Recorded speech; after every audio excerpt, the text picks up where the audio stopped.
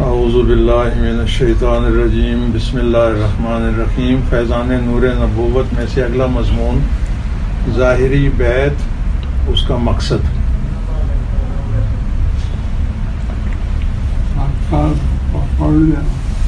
حضرت یہ وہ بھی بیعت کے بارے میں، یہ بھی بیعت کے بارے میں، یہ 3-4 مضامین بیعت کے بارے میں۔ اب میں بیعت کرتا ہوں، بیعت لیتا ہوں، عہد کرتا ہوں اور عہد لیتا ہوں۔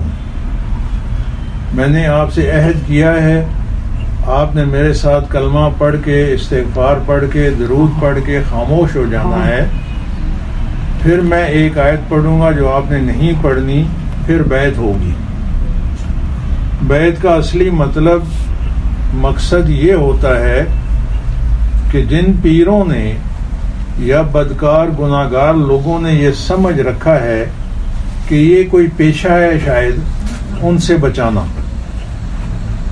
جو شیخ بھی ہو، پیر ہو، مرشد ہو، بنیابت نبوت محمد الرسول اللہ صلی اللہ علیہ وسلم کا صحیح متبع ہو، علوم ظاہریہ بھی رکھتا ہو اور علوم باطنیہ بھی رکھتا ہو۔ جس آدمی کو یہ پتہ نہیں کہ یہ چیز حلال ہے یا حرام ہے، یہ جائز ہے یا ناجائز ہے، یہ ایمان ہے یا کفر ہے، جس وقت اس کو خود پتہ نہیں، وہ آپ اندھیرے میں پڑا ہوا ہے، تو دوسروں کو روشنی کس طرح دے سکتا ہے؟ دوسرے کو منور کس طرح کر سکتا ہے؟ خود اندھیرے میں پڑا ہے۔ آپ کنویں میں گرا ہوا ہے، دوسرے کو کس طرح نکالے گا؟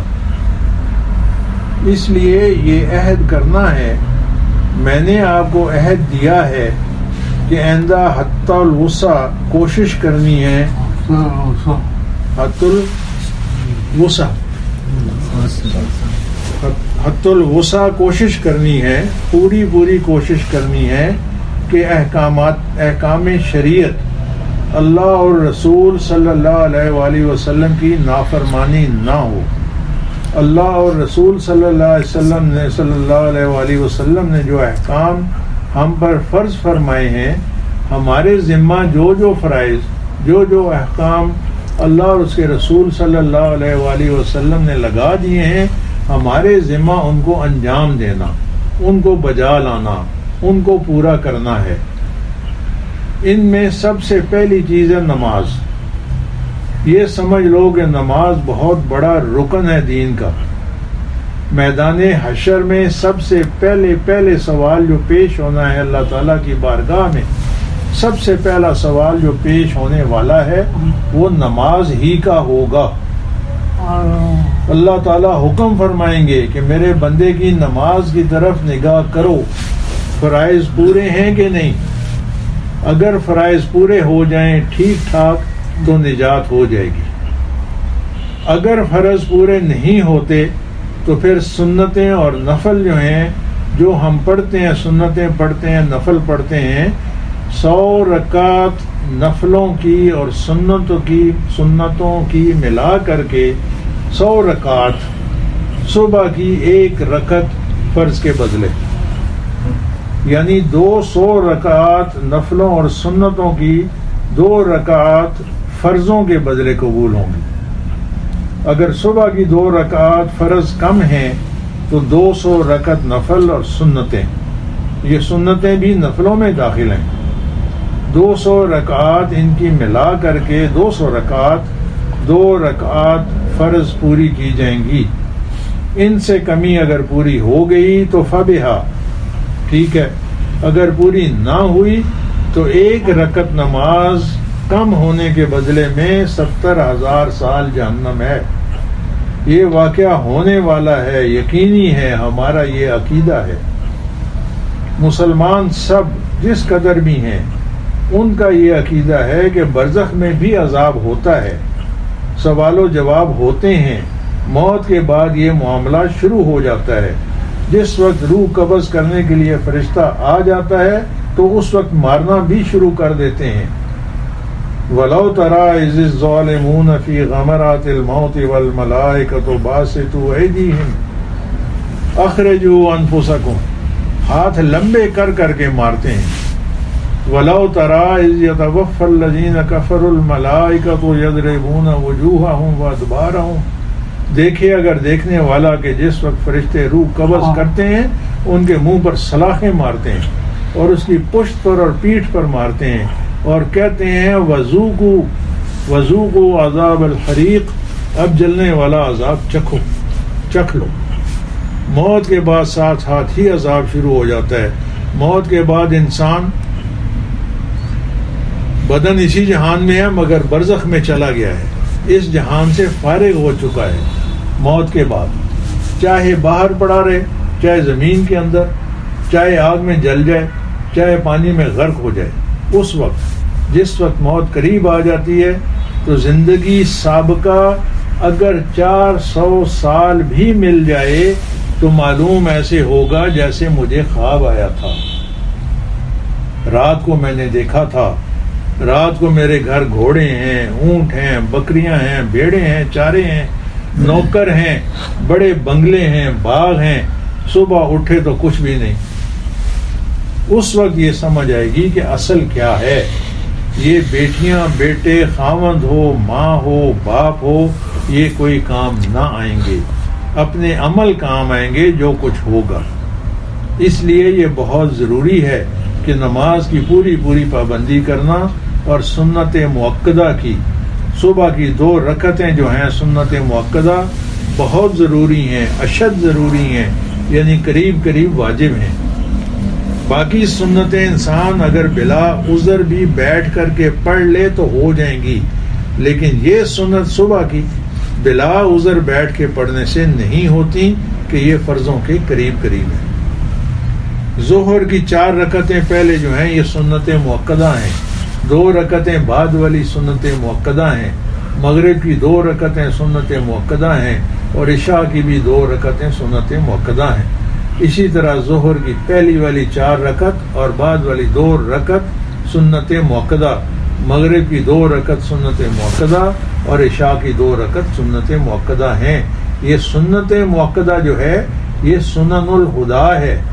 ان کی پابندی فرائض کی پوری پابندی کرنا. جس شخص کے فرائض پورے نہ ہوئے اگر وہ نفلی عبادت خواہ کتنی بھی کرتا رہے, ذکر کرتا رہے, کچھ بھی کرتا رہے, قیامت والے دن اس کی کوئی قدر نہیں ہوگی. کیونکہ قرب 2 قسم کا ہوتا ہے, قرب فرائض اور قرب نوافل. جب تک قرب فرائض پورے نہ ہوں, مکمل نہ ہوں, تو قرب نوافل کی قدر ہی کوئی نہیں. مکان اگر نیچے نہ ہو تو اس کے اوپر دوسرا مکان نہیں چڑھایا جا سکتا, نہ تیسری منزل اس پر پھر چڑھائی جا سکتی جب تک کہ نیچے والی منزل مضبوط نہ ہو. فرائض پہلی منزل ہے. اس کے بعد یہ میں آپ کو بتا دوں, یہ بھی خیال رکھنا, بازاروں میں پھرنا یا ننگے سر پھرنا یہ عورتوں کے لیے جائز نہیں.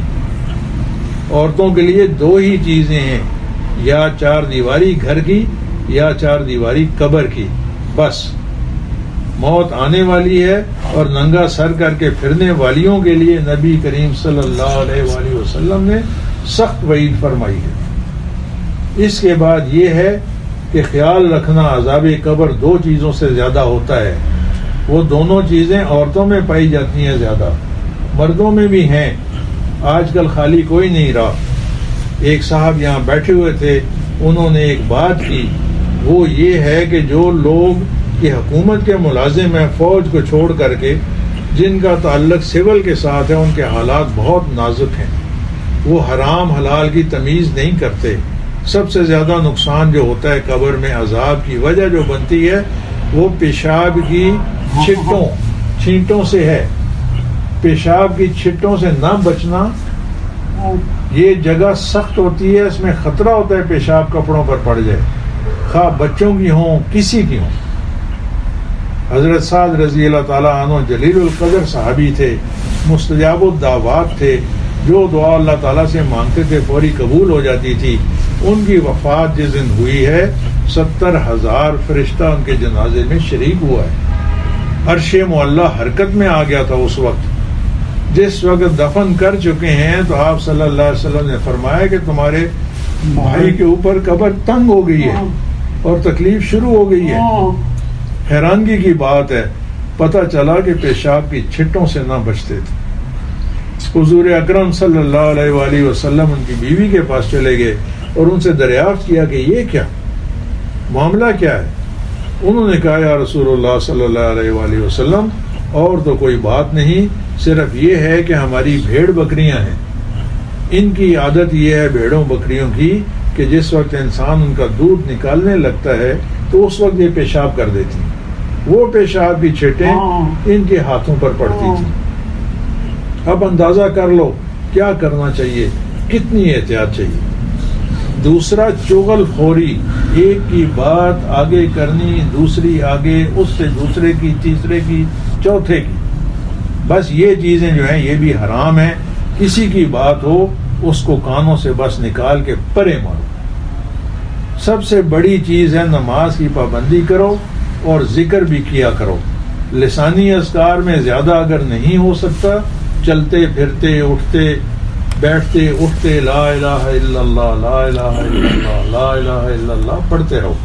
کیونکہ یہ وہ کلمہ ہے کہ میدان محشر میں جس وقت اعمال کا وزن کیا جائے گا اس وقت اس کا پرزہ دائیں طرف جس وقت رکھ دیا جائے گا تو وہ پلڑا بھاری ہو جائے گا، اور گناہوں کا اور بدکاریوں کا جو بھی پلڑا ہے وہ آسمان سے جا لگے گا. یہ بہت بڑی عبادت ہے، لا الہ الا اللہ، لا الہ الا اللہ، لا الہ الا اللہ. رات کو سوتے وقت جس وقت سونے لگو بستر پر لیٹ کر کے 10 دفعہ لا الہ الا اللہ، لا الہ الا اللہ، لا الہ الا اللہ، اور کم از کم 3 دفعہ سورہ اخلاص، قل هو اللہ احد، اللہ الصمد، لم یلد ولم یولد ولم یکن لہ کفوا احد. یہ زیادہ جتنی پڑھی جائے ثواب زیادہ ہے. لا الہ الا اللہ بھی جتنا زیادہ پڑھا جائے ثواب زیادہ ہے. کم از کم 10 دفعہ وہ لا الہ الا اللہ اور 3 دفعہ یہ یعنی سورۃ اخلاص. 3 دفعہ سورہ اخلاص پڑھنے سے قرآن کریم کا ثواب مل جاتا ہے. آدمی غافل ہو کے نہ سو جائے، کیونکہ نیند جو ہے یہ موت کا بھائی ہے. موت میں اور اس نیند میں تھوڑا ہی فرق ہے. یہ ہے کہ اس میں اٹھے گا، دوسرا اٹھ نہیں سکتا. یہ ضروری چیزیں ہیں جو میں نے عرض کرنی ہیں، ان پر پابند رہیں. یہ کوشش کرنی ہے ذکر لسانی اور نماز کی پوری پابندی. باقی چیزیں آپ پر جو اللہ تعالیٰ نے فرض کی ہیں ان کی پابندی کریں. رمضان کے روزے ہیں یا جو دوسری چیزیں ہیں وہ ہر آدمی کو پتہ ہیں. ایام ماہواری کی نماز جو ہے اس کی قضا نہیں، رمضان کے روزوں کی قضا ہے. رمضان کیونکہ سال میں 1 دفعہ آتا ہے، جبکہ نمازیں 5 دفعہ فرض ہوتی ہیں. ان میں تکلیف ہے، اس لیے اللہ تعالیٰ نے عورتوں کو ایام ماہواری کی نمازیں معاف فرما دی. اب یہ کافی ہے.